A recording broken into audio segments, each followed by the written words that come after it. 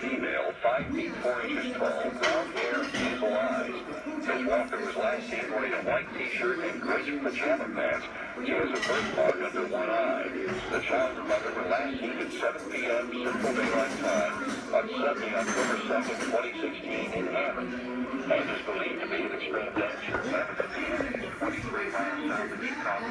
The Hammond Police Department believes the child and mother were abducted by his non-custodial father, a black male.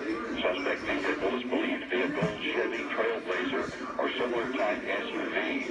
License plate number is unknown. If you have any information on Rondale Devino or Yolanda Walker, contact the Hammond Police Department at 1-888-58-AMBER.